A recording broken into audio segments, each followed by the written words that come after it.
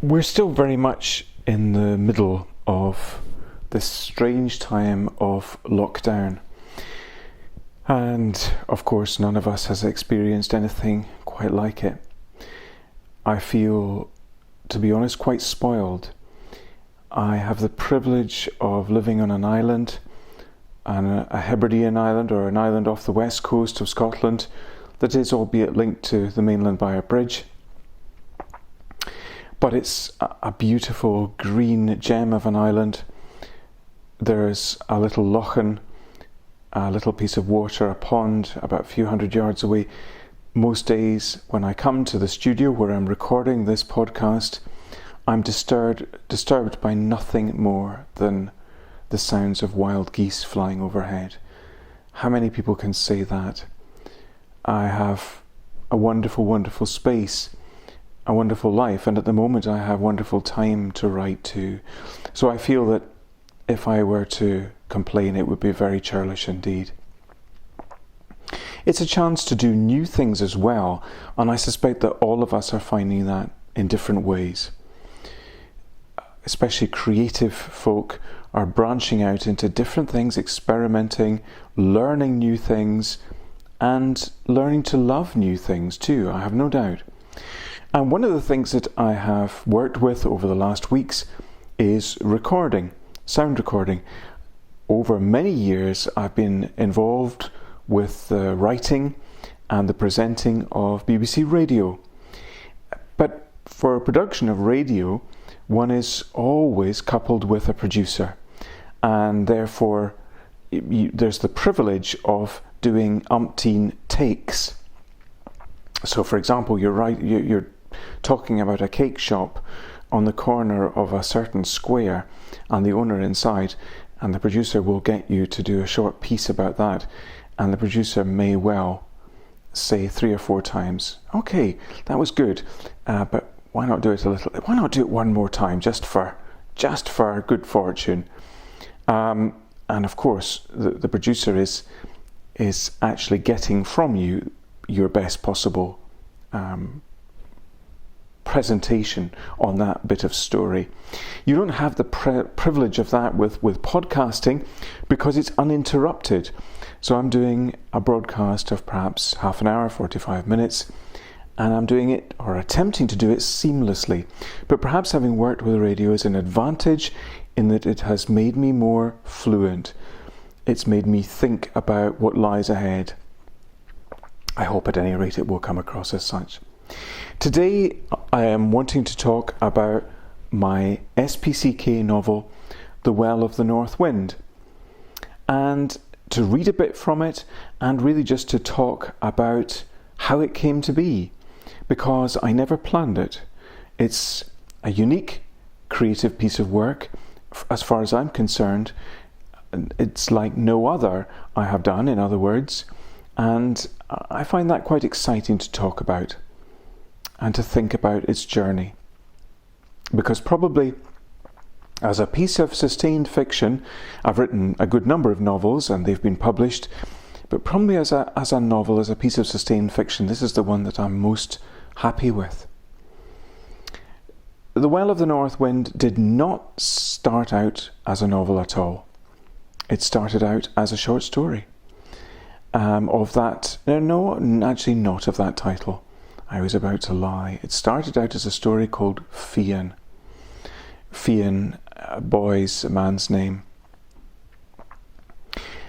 I have long been in love with the Celtic Christian story and with the island of Iona, and consequently I've come to learn a good deal about Iona's story and the story of the whole Celtic Christian world.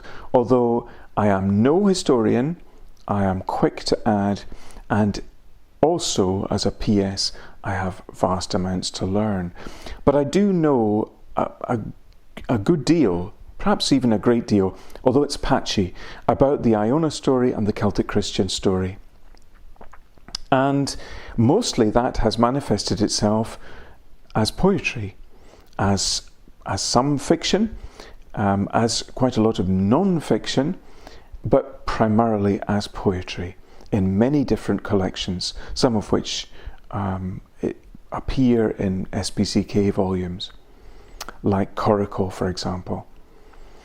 But I hadn't written a sustained piece of fiction on the Celtic Christian world, on its story. And that came about really almost by accident. I set out to write a story that I loved. What do I mean by that? That might sound very puzzling, because surely everything one writes one loves to some extent. Well, yes and no, because I think writers, even literary writers like me, are very aware of what the market wants. That's a terrible thing to say, but we have to be aware of what's going to be published. Unless we've got some wonderful source of income, which means that we don't have to worry about publishing things, then self-evidently we have to think how things are going to be prepared, made attractive for a publishing world. That's just the rough and the smooth of it. It's a balancing act then for me, because I'm first and always a poet. And I want to be true to that poetry, and I love writing. I love writing prose fiction, which is almost song-like. That's the style that I have developed over the years. So it's very poetic, but it also has to move and tell a story. Otherwise, any good editor is going to say, well, I'm afraid, Kenneth, this is all very good and well, but it's not going to find a readership. So it's a balancing act in many ways. But on this occasion, I thought, I'm going to write a story that I just love. I'm not going to sit and worry about its potential, the potential market for it. And I can't even remember quite where I was when I wrote the Fian story. What's it about? Well, in a nutshell, it's about a young boy growing up. He's probably about 6, 7, that kind of age. He's growing up in a little community, a tiny community, somewhere, I imagined it, I don't know specifically where it's set, but it's somewhere in the southwest corner of Ireland. And probably, I don't know, 500 AD, that kind of time, 550 AD, that sort of time, maybe a bit later. I'm not specifying, nor is there any need to specify, actually. Fian is growing up in this little community, and it's about his early days. It's about his first days. So I think that probably the best thing to do is to illustrate that short story as it was to begin with, and then talk about what happened to it. So this is the start of what was the short story Fian, which became the first chapter of The Well of the North Wind. The boy liked to draw in the sand. He liked to take his finger and drag it in whorls and arcs, so a dark pattern was left behind. He crouched above the grey sand that shone with the memory of water. He was 5 summers old now, and whenever his mother did not need him, this was where he came. It was a beach held between the claws of the rocks. He had learned the little path that snaked down from the upper ground. It was a place protected on all sides by rocks. Well, on 3 sides. The 4th was open to the sea, the blue-green play of water in constant shift with light and shadow. Sometimes, when his forefinger was sore with drawing, he sat on a red rock with his feet tucked up close under him to watch the sea come in about him. But that was only on days when the sea was soft. At other times he stood on the shore as the waves drove in, the sky beyond a slate grey, serpents clustering in the whites of the waves, breaking on the shore in a bright silver. Then he felt small. He hid his hands from the cold, and he felt smaller than his brothers and sister, strange and a little frightened. He was excited and frightened at one and the same time. and he did not know what to do. But this was his place nonetheless, and he did not want his brothers to find it. The beach was in his mind all the time. It lay at anchor in his consciousness, and he went to it in his imagination when he could not go there in reality, for there was fresh water to bring from the well, there was the fire to tend, there was his sister to comfort, there were sticks to bring. It was a long time since his father had not come home. He had gone for birds' eggs on the stack with 2 of the other men because they were so hungry in winter. A child had died, and storm had rattled the headland for endless days. So the father had gone, but had not come back. The 2 other men returned with eggs, but they were silent, their eyes scattered and strange. One of them had bent to him and taken a soft finger over his cheek and looked away. He had gone to his mother, but his mother had not wanted him. She had bundled him away and hidden in the darkness of the earth house. He had felt her shaking. He had wandered with hunger, and he had not known the place he came to, but someone held him and put something that tasted sweet and slippery in his mouth. He had fallen asleep warm and wakened to skies torn between blue and grey. He was frightened to go home, and he hovered outside, a salt stinging in his eyes. But suddenly his mother saw him and ran to him and held him. All that was a long time ago. He only remembered fragments of his father now.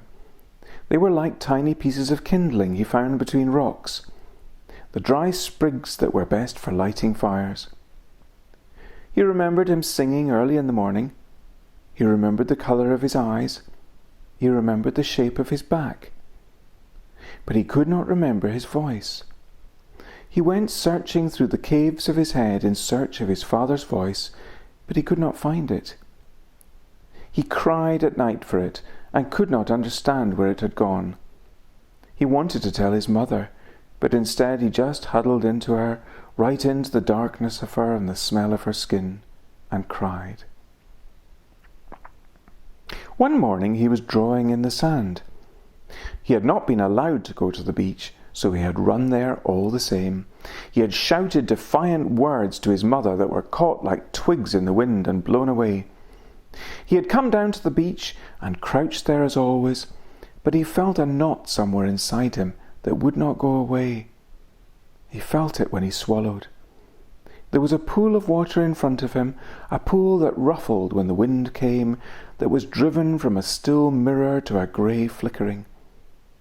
But suddenly he saw it had grown dark with shadow, with a brown shape. He looked up into the face of a man.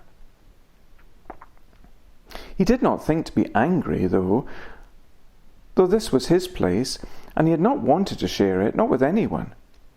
There was no time to think of anger. He was just taken aback, amazed.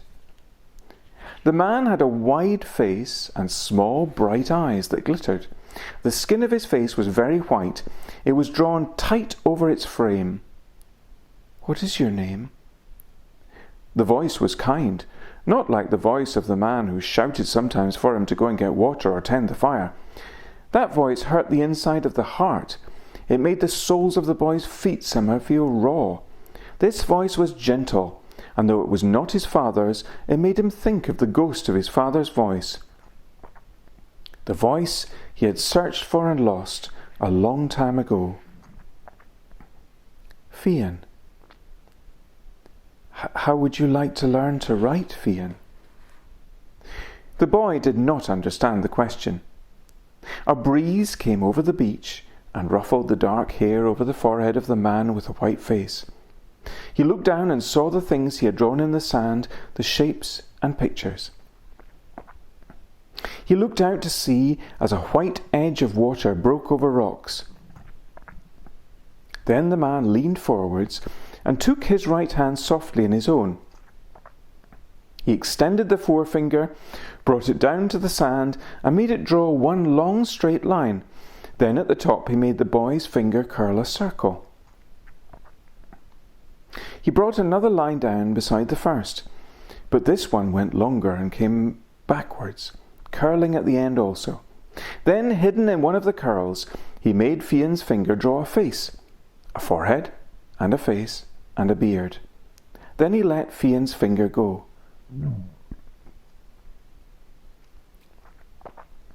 "How would you like to learn to write?" he asked again. And now his voice was even softer than before. Fionn looked up, and he thought of his father again, though he did not know why. He heard the patter of his heart under his woolen cloak, and he nodded. To say just a little bit by way of background to the story, the short story as it was then, there were several ideas that came into my head, and I want in a way to show something of what it means to be a writer, a novelist here, and how it works, how that process works.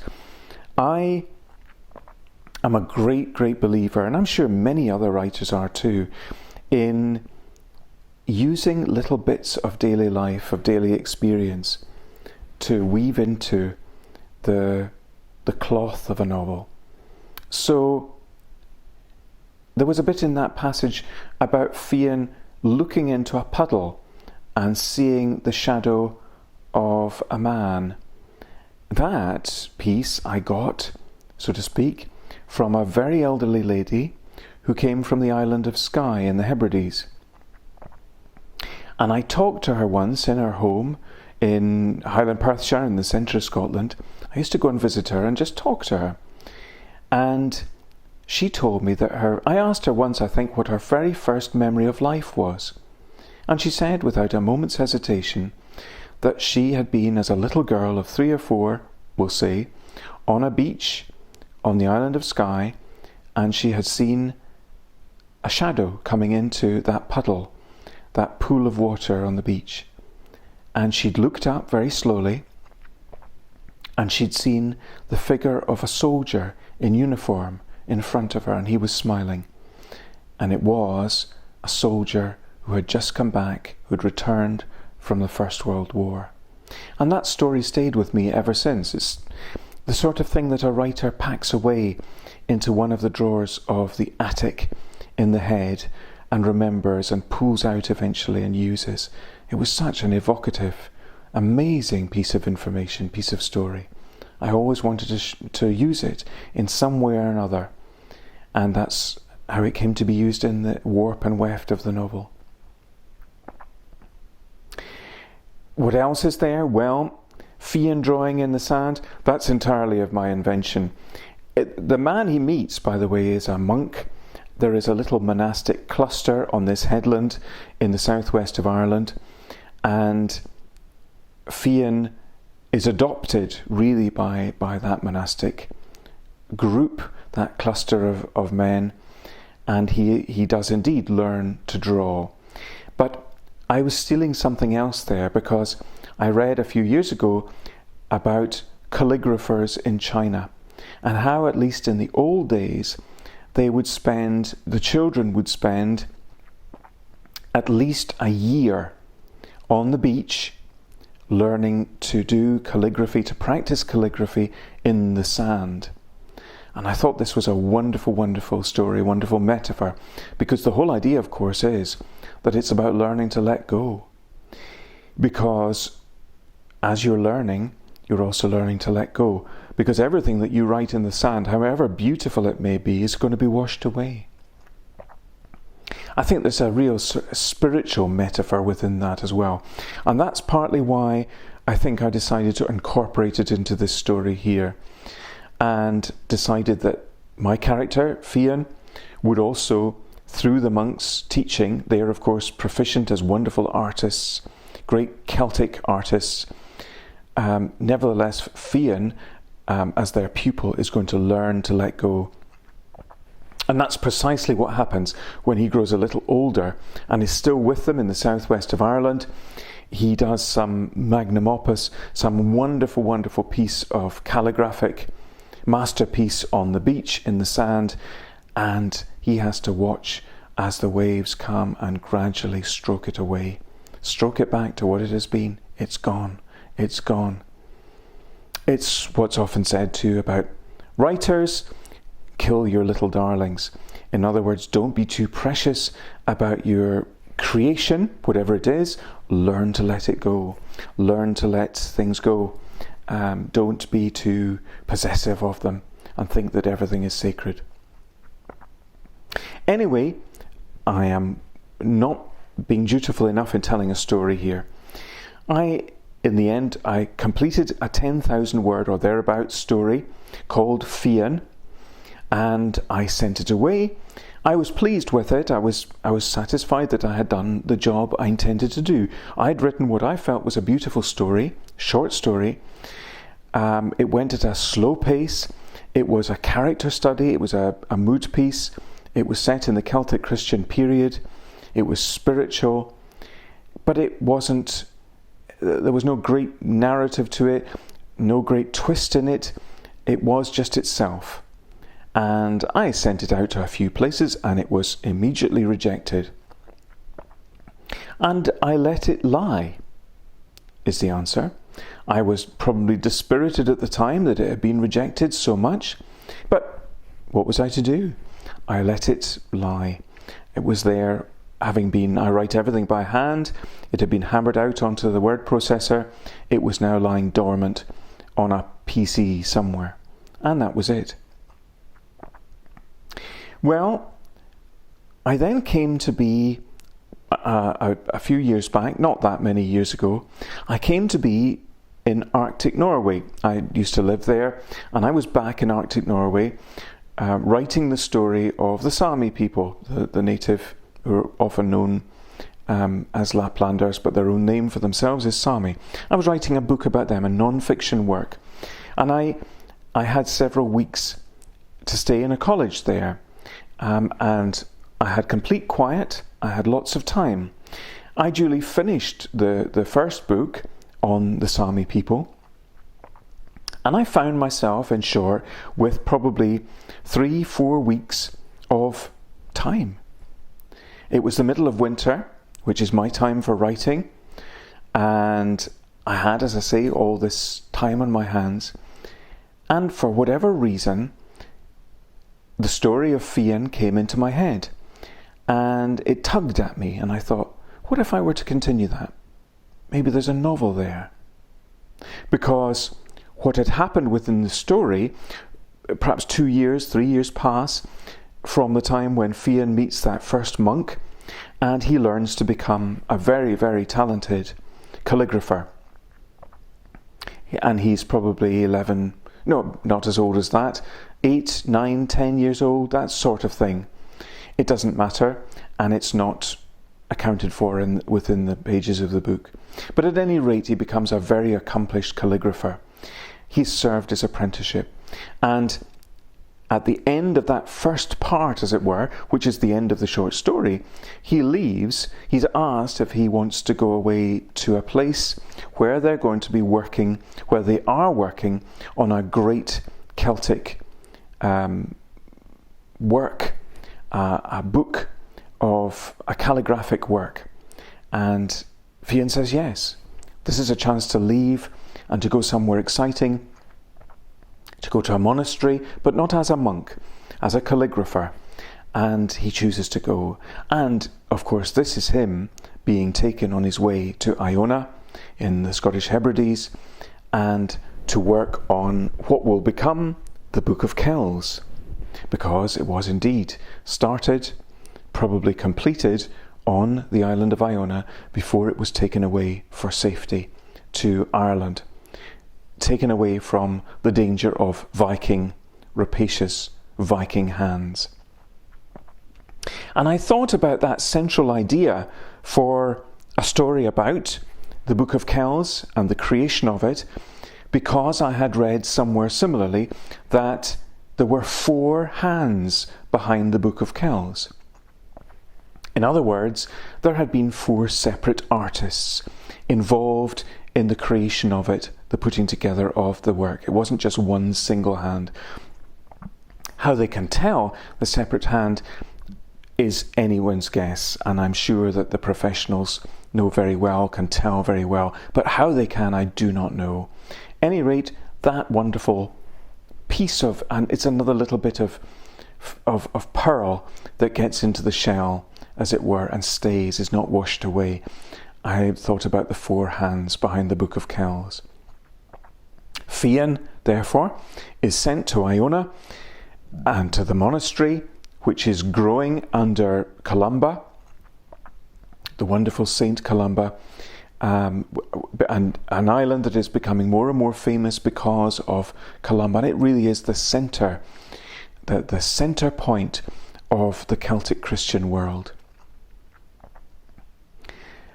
That's where Fian goes on the cusp of adolescence. At any rate, to go back to Norway, to northern Norway, and to the writing of the novel, I had all this time and I decided that I was going to risk it. I didn't even have a copy, I remember that. I didn't have a copy of the original short story. I just had it in my head. And I decided that I would start it, logically enough, from the point where Fian arrives. Part 2, if you like. The part where Fian arrives on Iona and is taken on, starts work as a calligrapher. A master calligrapher working on the Book of Kells. I chose Iona, and I've alluded to this, I've mentioned this really. I don't know almost every yard of Iona. I wanted to say that. I don't, but I know it extraordinarily well. I've had the privilege of years and years of visits to the island. And of course, Iona in itself, wild Iona, hasn't changed much from that Celtic Christian time. That's the extraordinary and the wonderful thing. The inhabited part has, the cultivated part, of course, but not the wild part. And so a lot of my writing, a lot of my description, a lot of the story that takes place in the rest of the novel is bound up with that rest of Iona, and with imagined characters, with Columba certainly present. He is a minor major character, to put it that way, within the framework of the novel. There are others who have a more prominent position.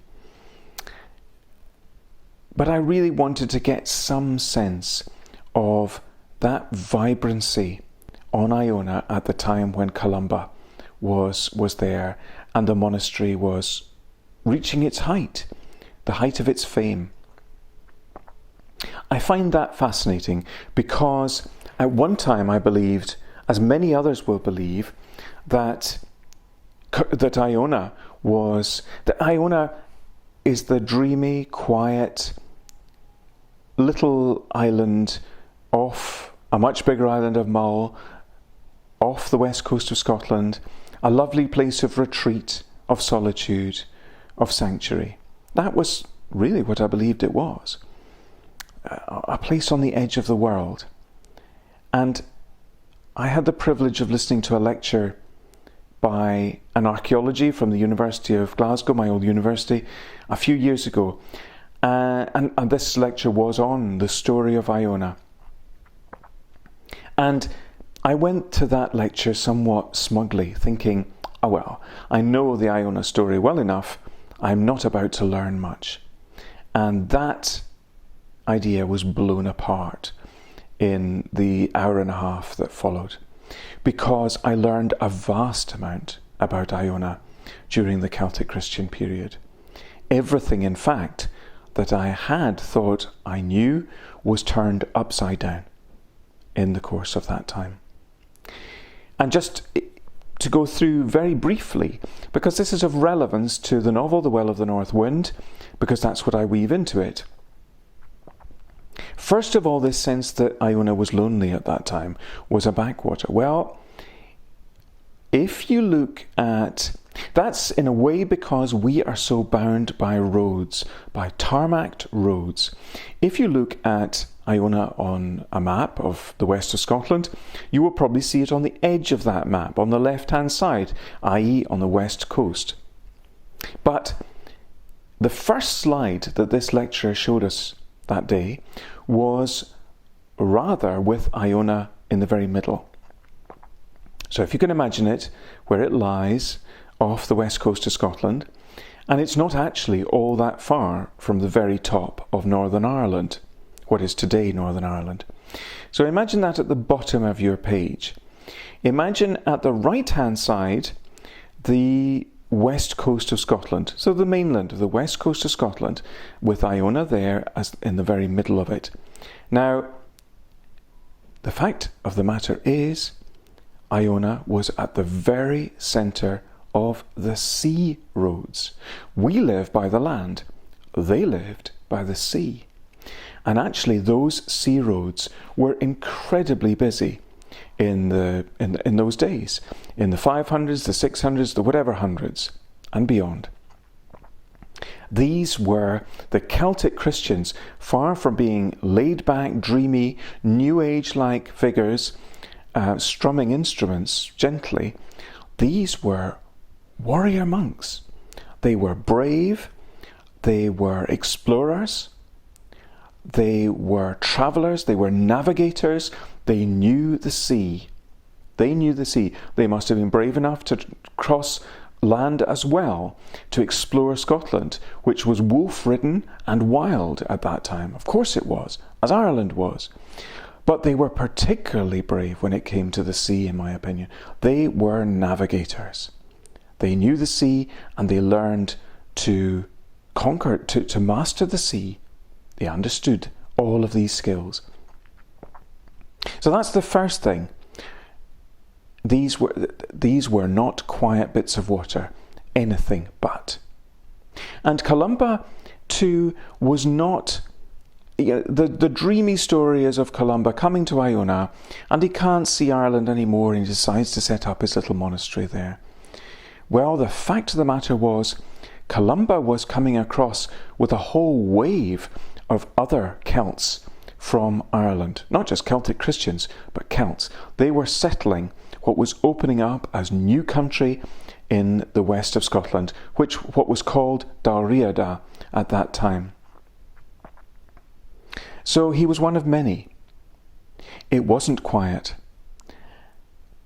Iona, once he had set his monastery there, set up his monastery, became a vibrant place, a hive of activity, a truly loud place with excited chatter. This was really an early university. The monastery that was established was not just studying, not just copying books, although there was a very important scriptorium there. It was not just studying religious questions, although they would have been. It was looking at the whole, every corner of life, at all the sciences in the widest possible sense of that word, of knowledge. Hammering out ideas, arguing, thinking, creating music, creating poetry, creating new thought. This was a place of extraordinary vibrancy. And that's what I sought to create also and weave into the fabric of the Well of the North Wind. That sense of vibrancy. It was so vibrant, in fact, and I find this utterly fascinating, and it set me off on another journey after I listened to that lecture that day. It was so busy that some of the Celtic Christian monks, hermit monks, found it too busy. They felt that God's voice was drowned out on Iona. There was too much chatter. It may have been excited chatter, but it was too loud for them. And they went elsewhere in the inner and outer Hebrides and further north, most likely to Iceland, the Faroe Islands, and possibly even to Greenland itself, in search of ultimate quiet. Places, simple places, where they could simply listen for that still small voice of God and feel that they were in tune with it, that they were as close to the divine as they could be, because they weren't going to find it on Iona. And that's also a story, the story of these papar monks, as they're called, which I wove into other things and which I'm not dealing with today. But all of that vibrancy, all of that story, which is true, of Iona At that time, when Columba was there, and in after years, all of that I sought to weave through the pages of The Well of the North Wind, to give it, even though I'm not a historian, and make no, don't pretend otherwise. Nevertheless, I do know, I have read, I have heard, I've had the privilege of learning a great deal about that sense of life on Iona at Columba's time and in the after years, in the days of Adomnan, for example, who became Columba's biographer. And I think that I will probably finish with a little bit more, a tiny little bit more of text. And I want to read something without giving away the story of the ending, since that is a very important part, as it is in every story. There is a real sense of ending. I want to read just a little bit in closing. And I would ask that you might be so kind as to think of finding the whole novel, The Well of the North Wind, published by SPCK, reading it, and it's available both as a published book, and I think that it is available on Kindle. I may be wrong, but it is certainly very much in print. This is I'm not even going to give the context of it, but just a little bit of a sense of story from towards the very end. And it is after, to give a little bit of context, it's after a very important discussion that Fian has had with a character called Larach, who has been one of these Papar monks, and who has actually been, although he doesn't call it Iceland, that's where he has been with others. And he's come back, and it has changed him spiritually. He is a new person, effectively. A lot of him has burned away, has gone, has disappeared, and he is back as a purer spirit. And that long discussion on a beach that he and Fian have is really the central part, or a central part of the novel. This is where they go together at the very end of that conversation and it's like a washing away of old things, of troubled things, of things that are not needed, of finding a new life. So it's both literal and deeply spiritual. They went to the promontory, and Fian saw a kind of jagged gap at the bottom, a low cave that disappeared into the rock. Larach vanished into it, and all Fian could do was follow. It was soft under his knees, soft and wet, and he realized that it was sand. He did not like the tunnel. He wanted to be out of it, but he could only go on, and he fought forward through the dark and suddenly broke out in sunlight. The brightness was fierce in his eyes, and he was on a beach made of sheer white sand. It was shielded on all sides by arms of rock, like the one he had passed through. As he looked round, still on his knees, he realized he had come in the only way there was. And he thought to himself that it was a kind of door. But Larach was taking off his clothes to swim. He was saying something to Fian he could not properly hear. But he got up and began doing the same. It seemed all he could do. He followed Larach into the water, and it hurt more than anything he had ever known. It was so cold it made him dizzy, and the world seemed to tremble. He gasped and was under, and he swam in the blue-green shallows of that secret place. And even then, in whatever state he was, he wished that he and Mara had found this, might have known it together.